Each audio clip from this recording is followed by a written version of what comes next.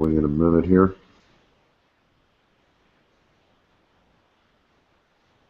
Okay, it looks like we are live. Hello and welcome to the MMA Live Chat Show. I'm Rich Davie and it's Monday, November 3rd, 2014. On today's show, we'll be discussing the TUF 20 Episode 7 show that will be featuring the matchup between Rose Namajunas versus Alex Chambers. And we might chat about some other MMA news if we have time at the end of the show. On today's show, we have yours truly and Eddie Law.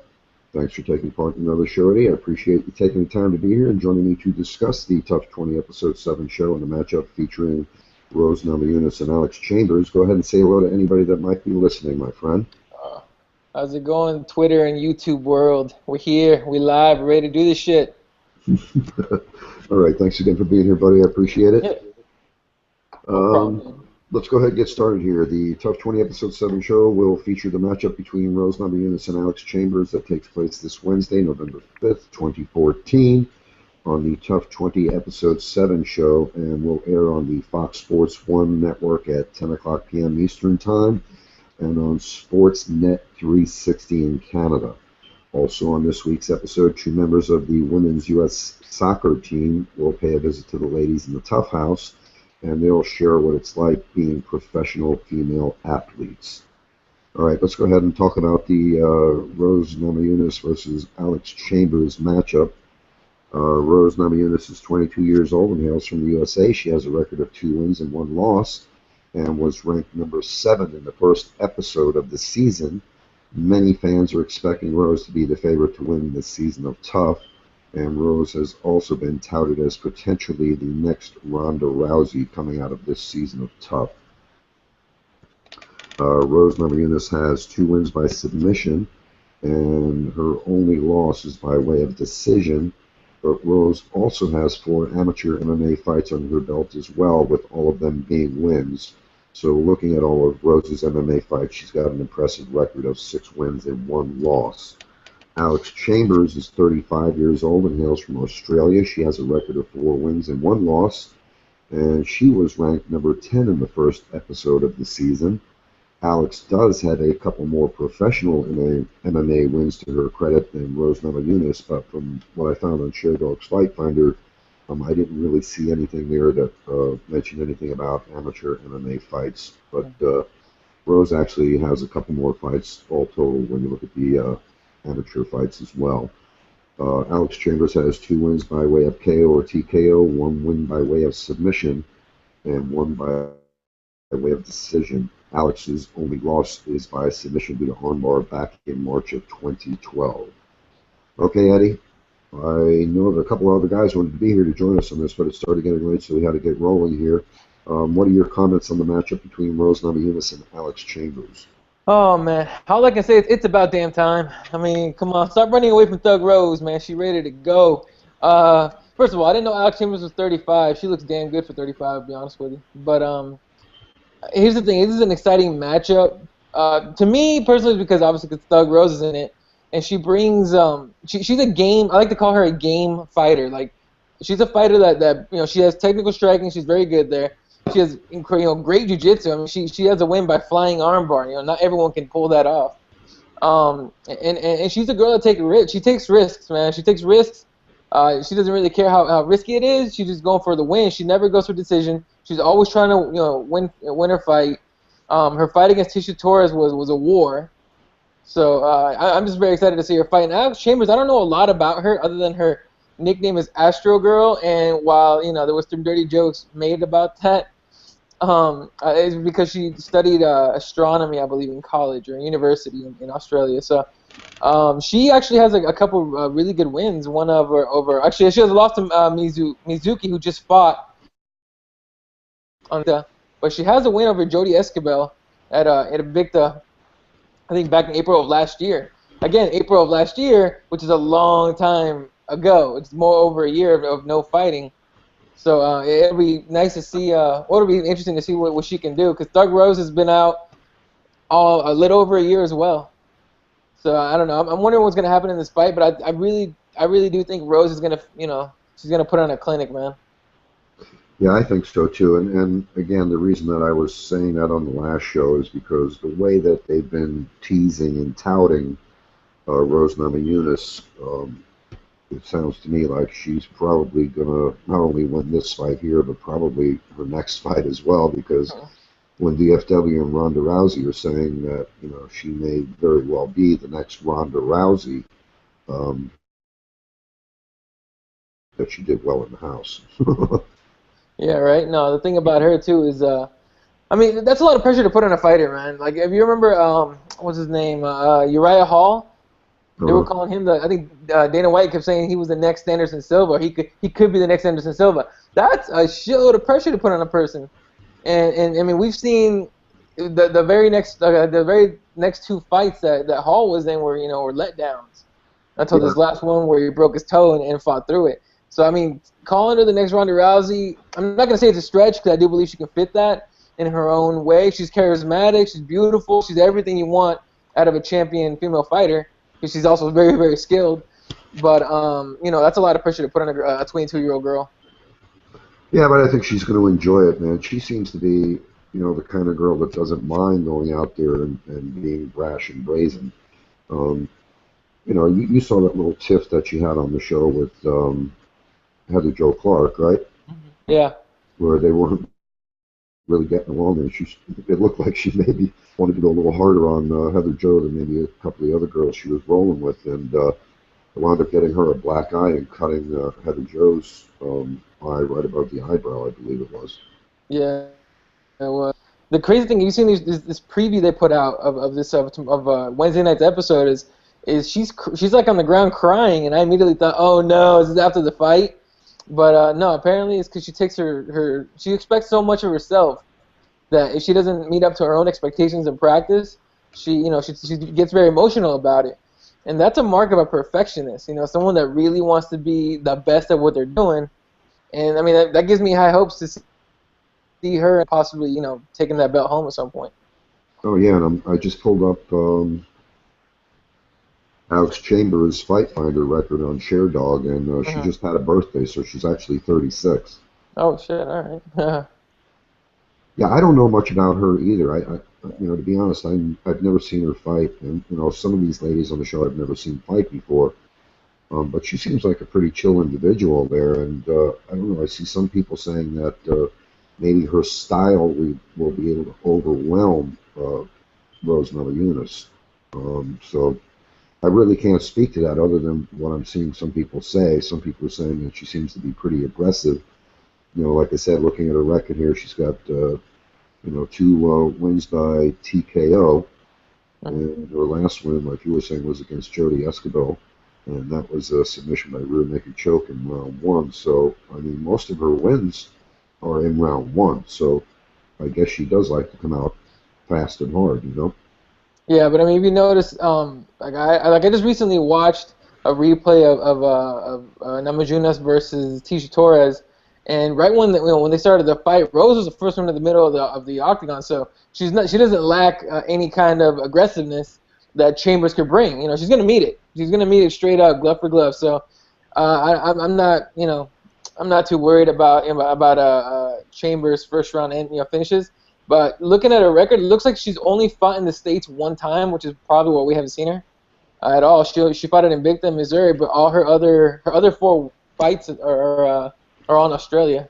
Yeah. I mean, sorry, three of them in Australia, one of them in Japan. But yeah, that's probably why we haven't seen her. But those are always the dangerous fighters. The ones that no one's ever seen.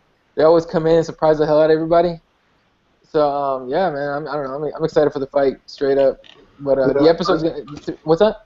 I guess I'm gonna have to go out and watch some of her fights here because looking at her Fight Finder record here, yeah, she looks to be somebody who likes to come out strong and fast. Yeah, and she's all finishes except for that one decision she has in her first pro fight. But yeah, she looks like she's gonna be an aggressive chick, and it should make for an entertaining fight. The one thing I'm very curious about though is the episode itself. But honestly, none of the other episodes have really been that interesting to me. It's basically just filler in for me until the fight actually goes down. But this is my attention to see to get to know Alex Chambers a little bit, because we know next to nothing about her. And to see, Yeah, because they how really didn't even feature her all that much on this season so far, have they? no, she's been really quiet. Like the only time I've seen her on the screen, I like she'd be sitting there while DFW's talking or the coaches are talking. But the only other time that I saw her outside of a training scene, I guess, was I think what was her name? Felice Herrig and Esparza, I think, were hanging out talking, and she walked across, like she walked through their little meeting just because she had to go grab something from her room. So she seems like she's a really really quiet chick. Yeah, kind of like one of those people who's all business, you know? Right now, I mean, look, she's from Australia. She doesn't have any friends there anyway. It's not like she knows all those girls to where most of the other girls know each other, and some of them are really good friends. So she's probably there just like screw it. I'm just here to do business, and her and Daly as well. But Daly's probably made friends with some of those by now. But yeah, I mean, she's just there to fight, win fights, and try and get that belt. But again, we don't know much about her, and I'm thinking we're gonna get. I mean, she might be. I don't know. If I'm a producer, I feature her prominently in this fight or in this episode, but they don't pay me the money to do that shit. So I mean, I guess they might not do it.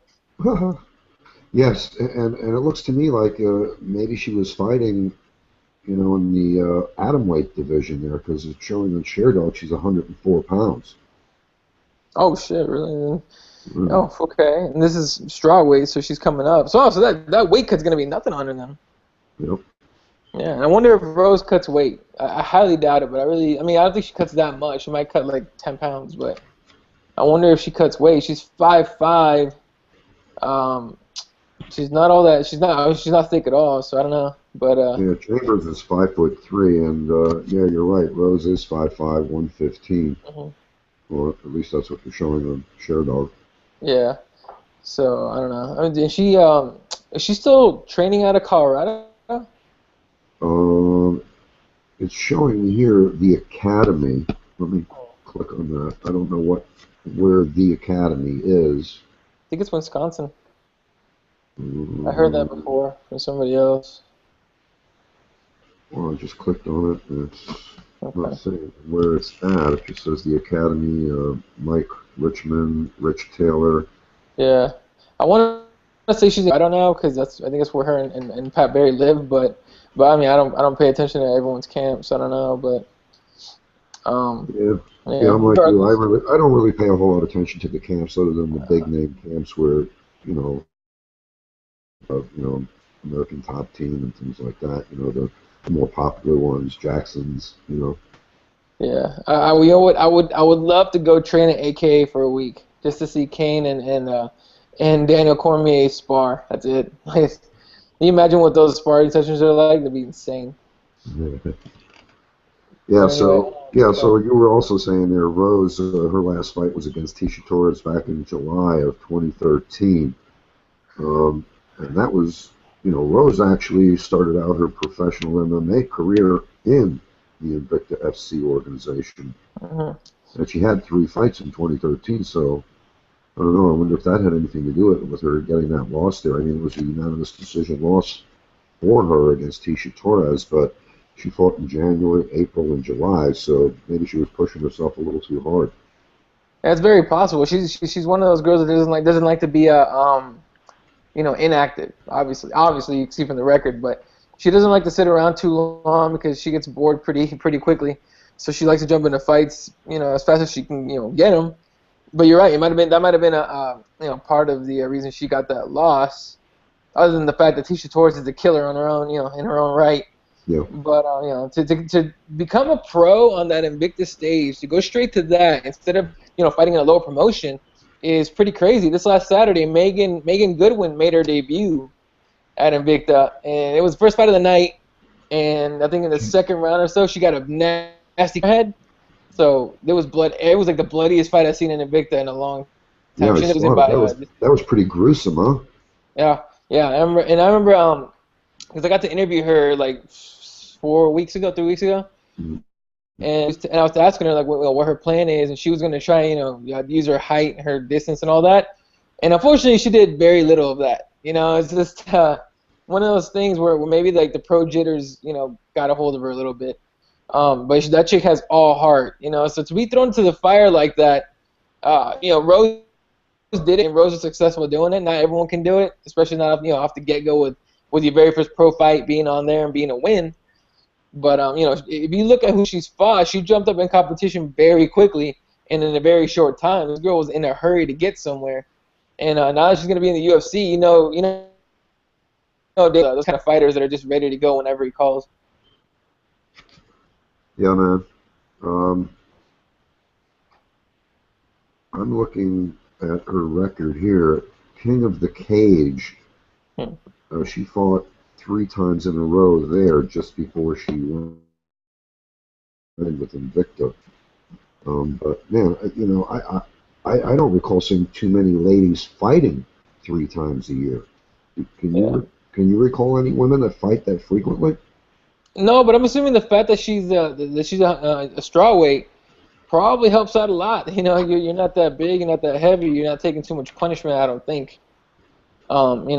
And the other part, she might just be for sure just pushing herself too hard, and we don't really know any injury stories of those days or those fights or anything, or any injury she might have had going into the Tisha Torres fight. But that fight because she fought Christina Catrone in April, and it was a first round 12-second finish by flying armbar. She was 100% healthy, so I don't know. Yeah, that was pretty amazing.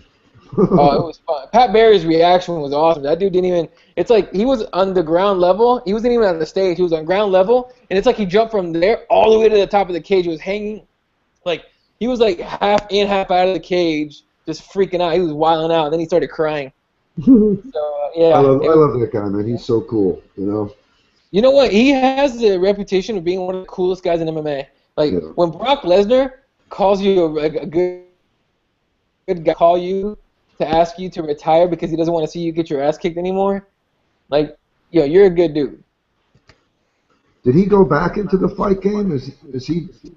He went back to kickboxing, didn't he? Yeah. He went in glory and got knocked out, unfortunately. Yeah. I was sad to watch, man. Yeah, and what happened from there? Did he say he was going to retire after that? He didn't say anything. I haven't heard anything from anybody. I mean, there was always, of course, there was calls for him to retire, but I don't think he will. He's he's what, in his 30s, maybe 33 or 34, something like that. But I don't think he's gonna retire, man. He's gonna be like Crow Cop didn't want to retire either. They ended up releasing him from the UFC, and then he retired, and then he went back to kickboxing, and he's still kickboxing, I believe. Yeah. But I don't know. Pat Barry didn't like the jiu-jitsu and the ground game and the wrestling. He just wanted to punch and kick people. And unfortunately, he's been getting knocked out more than he knocks people out. Yeah, and when you're in the heavyweight division and you're getting knocked out repeatedly, that's never a good thing. And I don't think I've ever come across anybody that's ever said they do not like Pat Barry. I mean, everybody I've ever spoken to that's an MMA fan loves the guy. He's a hilarious dude. You mean watch their videos on YouTube that him and Rose put together. They're hilarious. They did a what's it called, a Harlem Shake video. Yeah, I saw that. Doing the Harlem Shake, yeah, and then Rose attacks him and she's all bloodied up in the face and shit. It was pretty good, but no, they're really funny. They're a funny couple. And Pat Barry seems to be a really good dude, and I wonder when he's gonna get another, or maybe he doesn't want a shot at commentary, because I don't know how good he is at that, but I think he's got that charismatic personality to do it. So I don't know. Did he ever do any color commentary? I don't recall. Not that I've seen, man. But look, if I think he's as charismatic and as good on TV, I think he would be as as Daniel Cormier. Cormier just got signed to a show. So I actually liked the job that Daniel Cormier is doing. I didn't think there was going to be anybody that could replace Chael Sonnen, because I really loved his commentary and what he brought to the shows. And I just didn't think there was anybody that was going to do as well as he does. But Daniel Cormier is doing a good job, and I also think that Pat Barry would be more along the lines of a Chael Sonnen type of a color commentary guy. Yeah, that dude makes jokes all the time, so it'd be great to see him on there. I'd like to see him on a call an Invicta fight, or at least be on the Invicta commentary, because they had Jens Pulver this last week, and the poor guy didn't know when he could talk and when he couldn't talk, because they wouldn't let him talk. Pat Barry won't let you do that shit. Pat Barry will start talking, and then you'll have to tell him to shut up so you can call the action. Yeah. I always had a little bit of a problem with the Invicta FC color commentary. They just never really seemed all that organized. You know what I mean?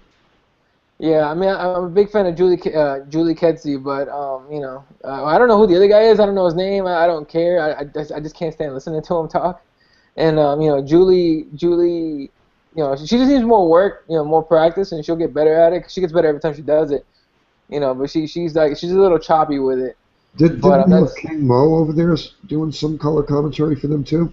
they had King Mo, and people for some reason liked King Mo.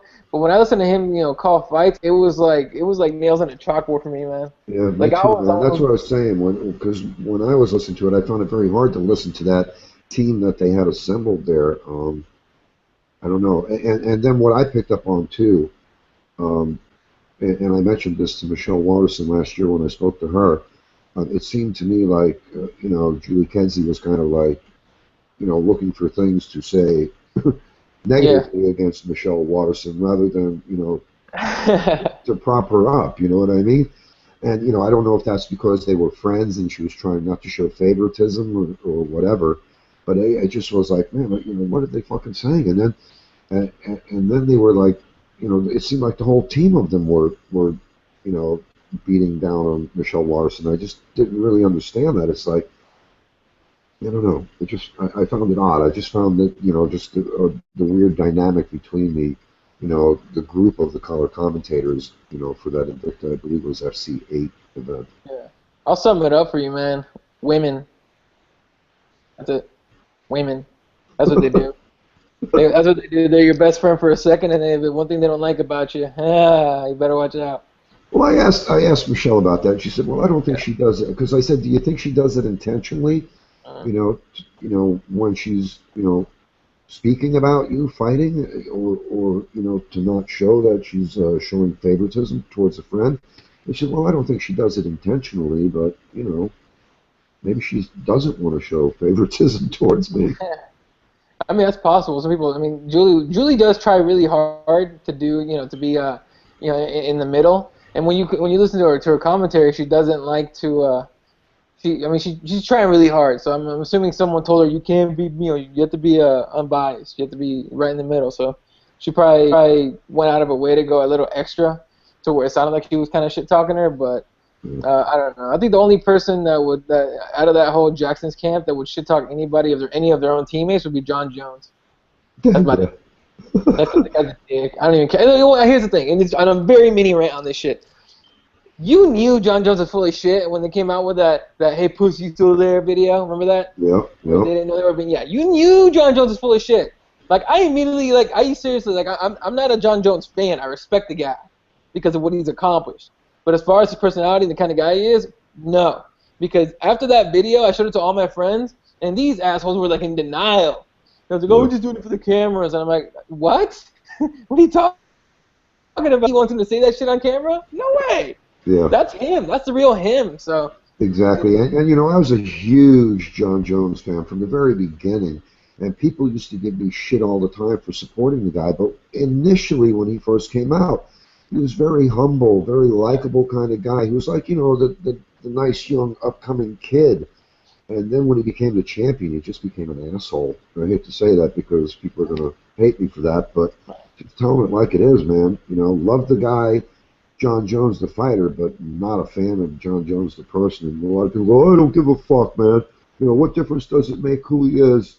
Well, it does make a difference because, some people don't care for disrespectful MMA fighters. and the thing is this, and maybe it doesn't matter as far as his fights go, but as far as look, all I'm saying is I don't like the guy. I never said I didn't respect his fighting. He's clearly a very skilled fighter, Yeah, champion.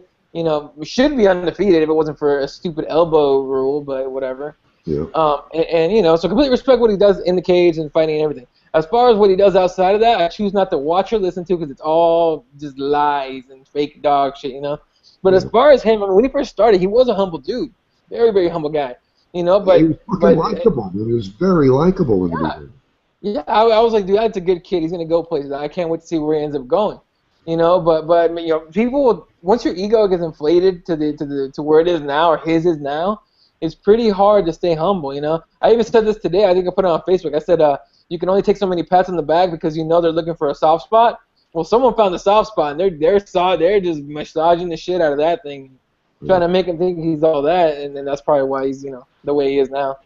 Yeah, But and it's just so funny because that's so in contrast to the image that he was portraying it. And at this point, you can only say he was putting on a facade. He was putting on a front, you know.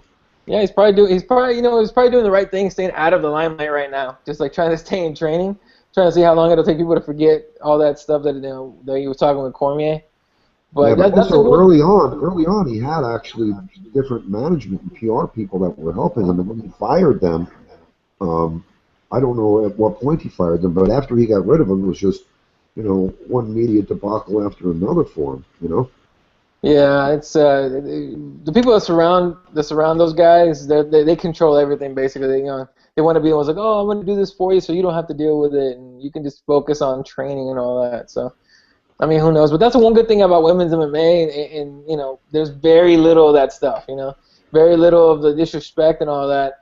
Because I don't take anything Ronda Rousey says as disrespect. I think she's just telling the truth about how she feels, and that's one thing. You're never gonna catch her, being videotaped on an interview when they're not live talking shit to somebody, the way that Jones was. Because if she says something, it's because she means it, And so that's one good thing I like about the women's MMA. Yeah, GSP. I don't know if you heard. He's training again. I'm sure you did hear. He's training again, but now he's up to 200 pounds.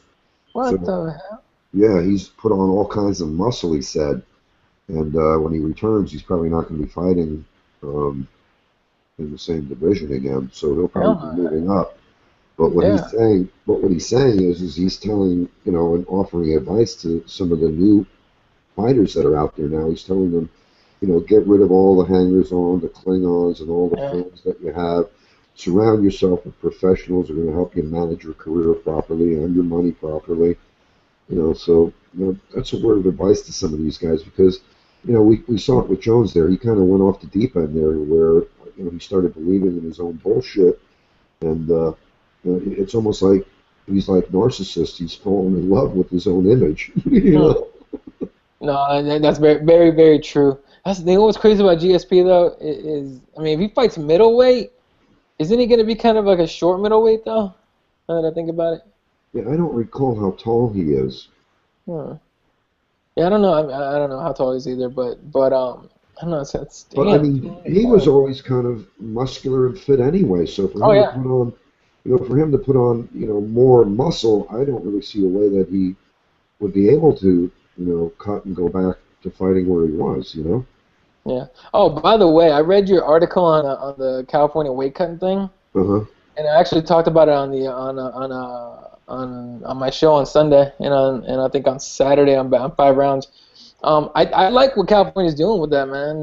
Making them do same day, man, because lower it'll cut down people pulling out because of weight cuts, people fainting and shit, and people getting hurt, and because those weight cuts will screw people up, dude. But I don't know. Do you think that gets picked up everywhere? I think, once they see the success that it has, because I really think that's a great idea. Fighters that I have spoken to, and when I was interviewing fighters last year, I usually made that a part of my questioning to them. What do you think about, the way that fighters are cutting 20, 30, 40 pounds to, to get the edge on their opponent? Why do you do it? And they have said to me, well, the reason I do it is because other fighters do it. If I don't do it, then my opponent's going to have a 20 or 30 pound advantage over me. Yeah. And they said, a couple of them said to me, if they actually instituted same-day weigh-ins, I would more than happily fight in the weight class where I belong because it would be a lot easier on me. I wouldn't have to cut weight. I wouldn't put my body through the stress and the strain. So, that only makes sense to me. How many times have we seen in the UFC where you get these muscular dudes, like Silva. You look at Thiago Silva and what's the other Silva's name that's really muscular? Oh, not Thiago Alves. Oh man, I'm blanking big time. But you see these guys come in and it's like Jesus. They fight the guy that they're matched up against. It's like, holy shit, these guys are in two different weight classes. Maybe, maybe two weight classes apart from each other, Yeah. So, Yeah. yeah, I think it is a good idea that they do that. And I think, if they can show, you know, that it's having some success, I do think other, you know, states and athletic commissions will pick it up. I don't know. What do you think? I mean, I hope it gets picked up just for the sake of health and all that stuff. But um, I don't know. I mean, my first instinct that I said this on my show, and my first reaction is that the UFC might lower, unless everyone picks it up, and I mean every single commission picks it up. I just think the UFC is going to lower the amount of events they do there, but I don't think any of the smaller promotions are going to have a problem dealing with those new regulations. But I think the UFC is going to be like, we're going to have to hold off till everyone's doing it.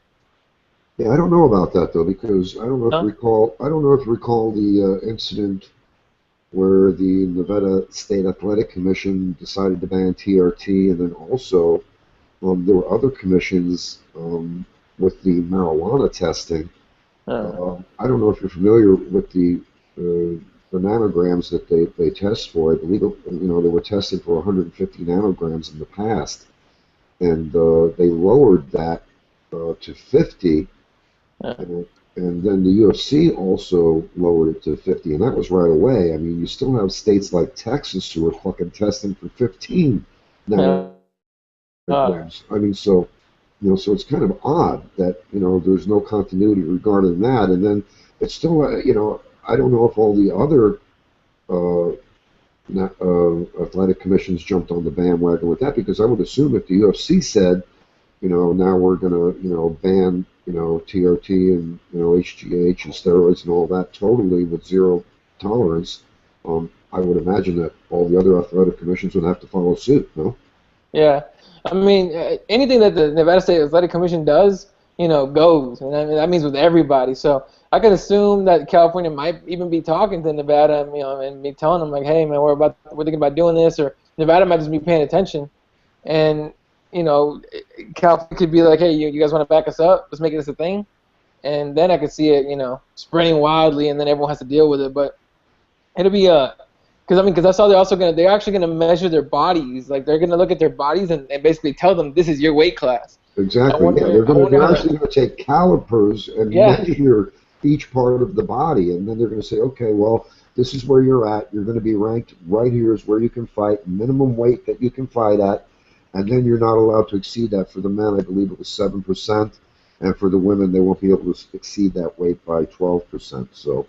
yeah. And I mean, probably, most of those fighters probably haven't seen a caliper since freaking high school, like physicals for wrestling. So I'm sure that'll be a shock to some of them. But I wonder how guys like Tyron Woodley, I wonder where they're gonna get put, because that's a big dude, man.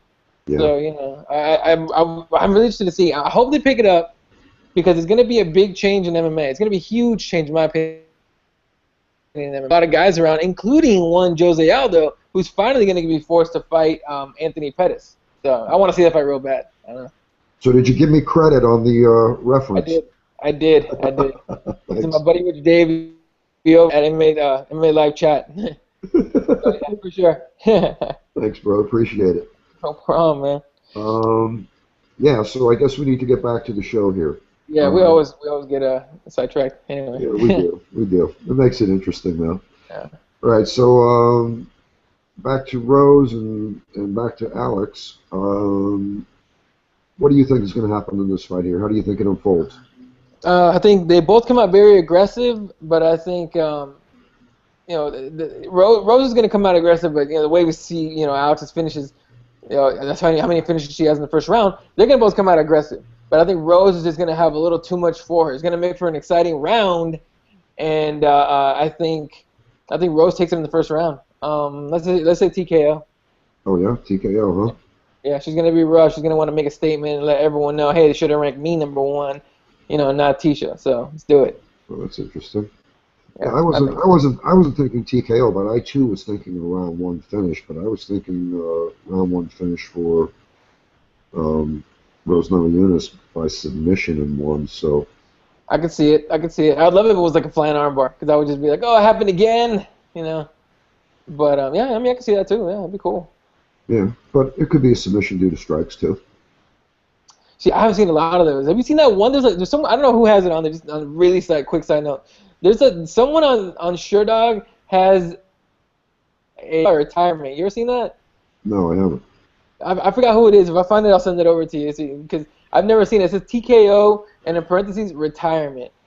And I'm just like, you quit your career in the middle of a fight? The fuck, like? And they actually called it retirement. It was pretty crazy. Wow. But yeah, I don't know. But I think look, man, first round finish for Thug Rose. That's all that matters. Yeah, I think it's going to go that way too. Yeah. And then that'll actually be the next complete bracket for what, the semifinals, no? Yeah. I think at the end of this show, we're gonna find out, who starts the next bracket, and it's probably gonna be a Pettis fight. Yeah. Yeah, you got to start feeling bad for Gilbert Melendez and his team there. I mean, geez. Yeah, I mean, and he didn't like the seeding from the beginning, which means he probably didn't like the he probably wasn't very super happy with his pick. But I mean, come on, man. He even said he was happy with who he picked, and it's just loss after loss after loss. After like the second or third loss, he probably started questioning himself, like, oh shit, what did I do? I didn't like that whole seeding thing either. What did you think about the whole seeding, the way they matched everybody up, and the best fighter against what they perceived to be the worst fighter? I mean, that kind of skews the whole damn thing, doesn't it? Right. You're trying to find out who the ultimate fighter is, who's the best of the best, but you're kind of telling them to begin with, well, you're just like the 15th best. That's all you got, And you're facing the number one best, the best one, and you're basically telling them who the best is without them actually finding out about it, which works for some of the girls. That are ranked lower, that is a chip on the shoulder to prove that they're better. But the ones that are ranked high, that are probably overrated a little bit, it could hurt them a little bit.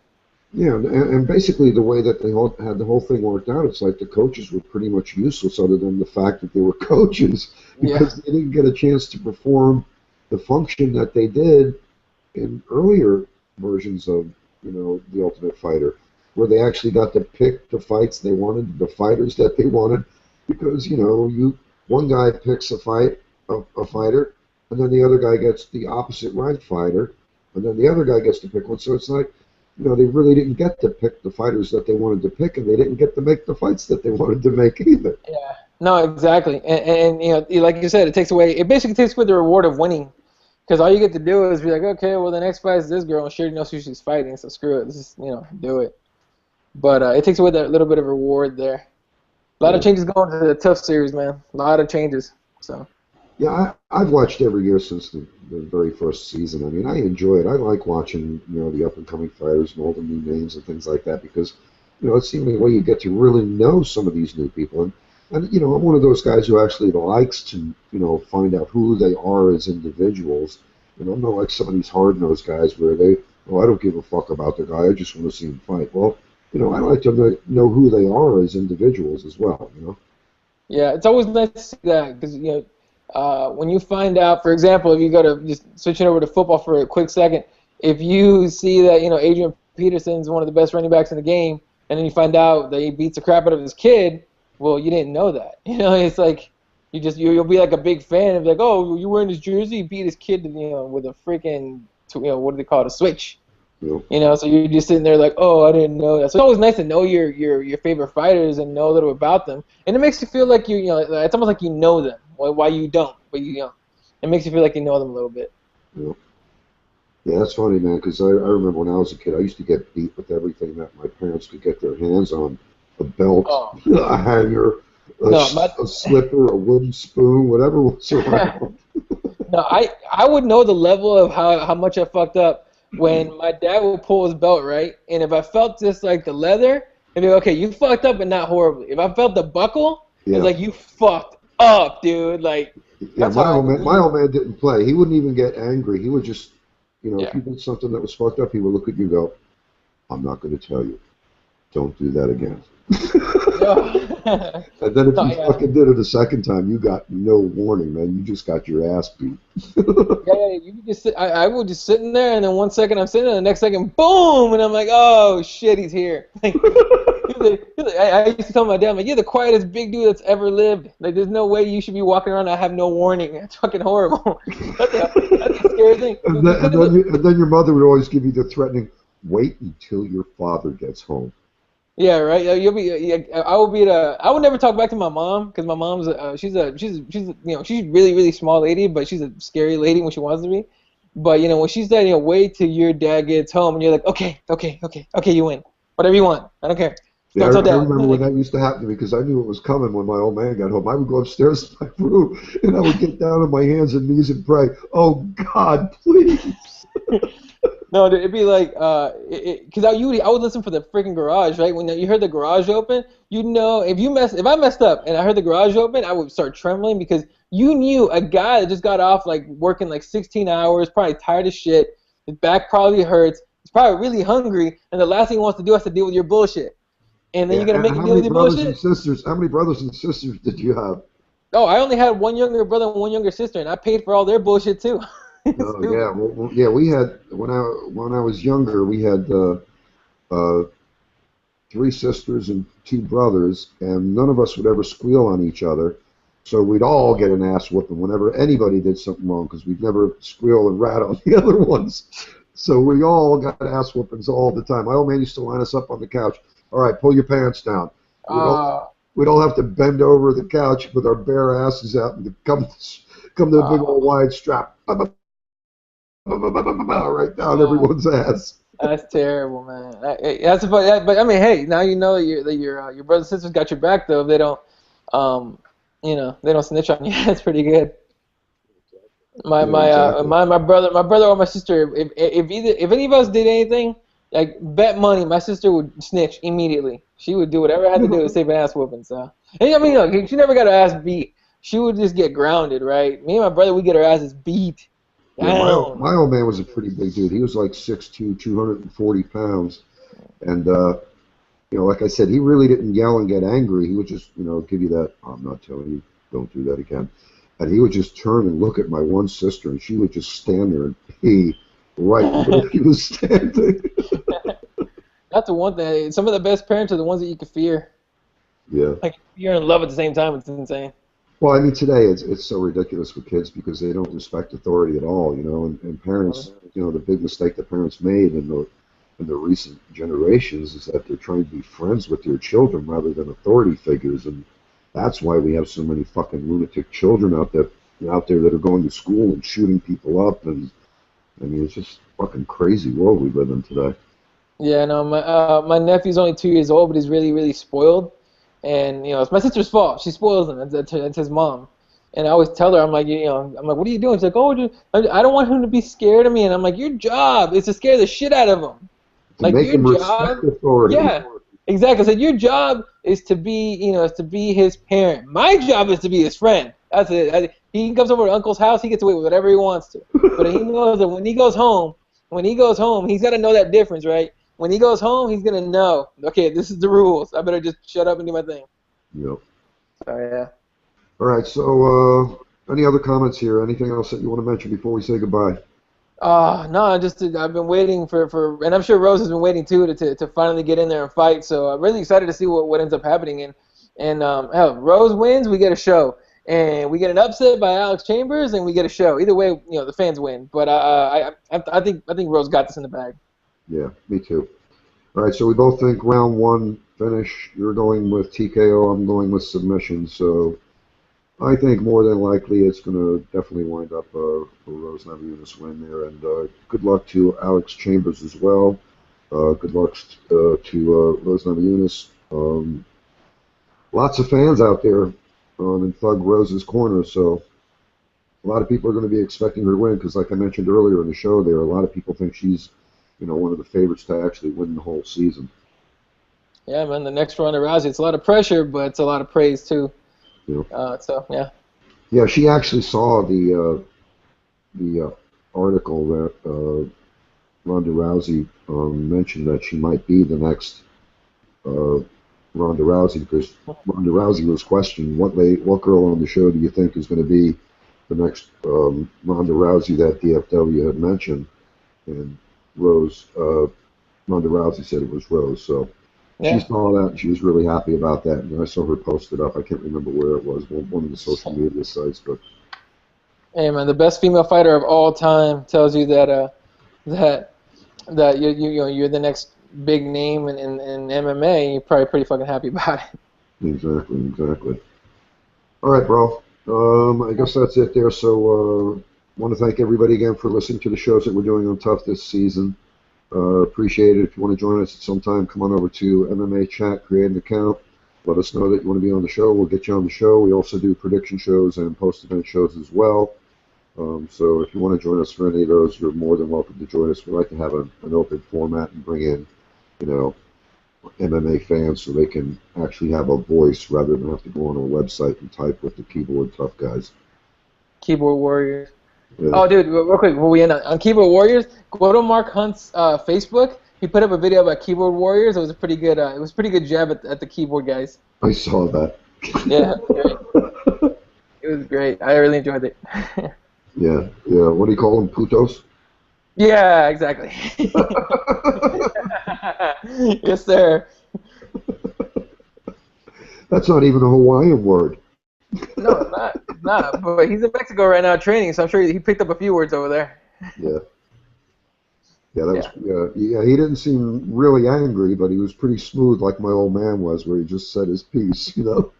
Hey, man, again, Mark Hunt, you're not going to go up to him and say anything like that to his face. You're going to be really nice, say, have a good day, good luck in your fight, sir, shake his hand and walk away. You're not saying no bullshit to that guy's face. We've seen what he did to him. That guy has an iron face. Did you hear anything on where he's at weight-wise? Because last I heard he was 300 pounds still. No, there hasn't been anything put out there, and everyone's asking him that. He's not answering that question. So I'm assuming that has to do with, just trying to keep his opponent on his toes. You know who did do something kind of weird with Cyborg, pulled out of her fight because of an ankle injury? Yeah, I saw that. And to me, it sounded like a twisted ankle, which to me means AKA I was nowhere near weight. So that's what I thought it was. But who knows? The weight issue is weird. Yeah, I think the weight issue is weird. Anyone that's cheated in the sports before, I always assume it's some bullshit. So yeah, I know. It's so hard to regain the trust of the fans when you've been busted, cheating with, and again, even with the weight thing that we were talking about earlier, that's pretty much cheating as well. It's just a loophole in the rules so you can cheat, Yeah, no, for sure. Yeah. Yeah, it's just so hard to respect that. But yeah, I know. I didn't even think of that angle, but yeah, good point that you brought up there. Yeah, I always try to look to the other side, like, what BS could they be trying to pull on this one? That's the only thing I thought was maybe her weight cut didn't go as well as she said it did. So, who knows? That'll be interesting. Mm-hmm. We'll find out. Yeah, I was going to say, I wonder if we're going to be hearing anything more on that.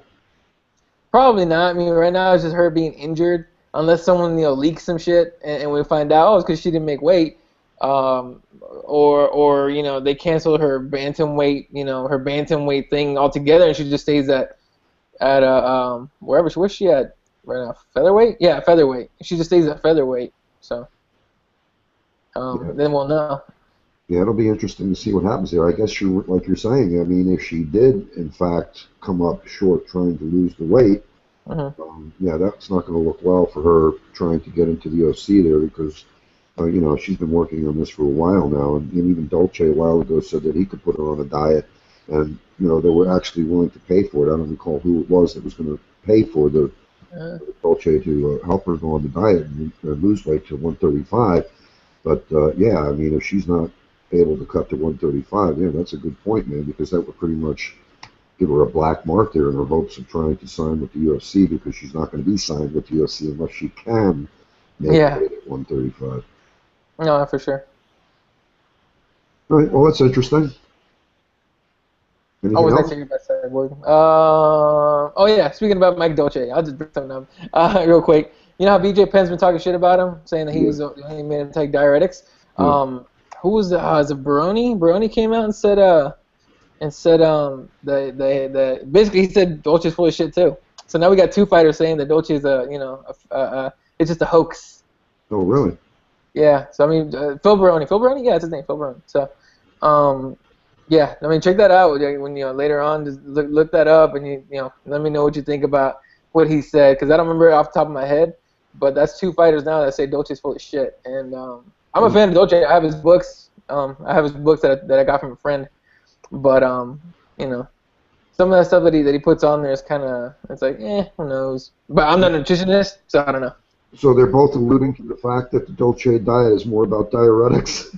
Right, yeah, I mean, that's what BJ said. I don't remember what Phil said. I don't know if he said diuretics, but he said it was bullshit.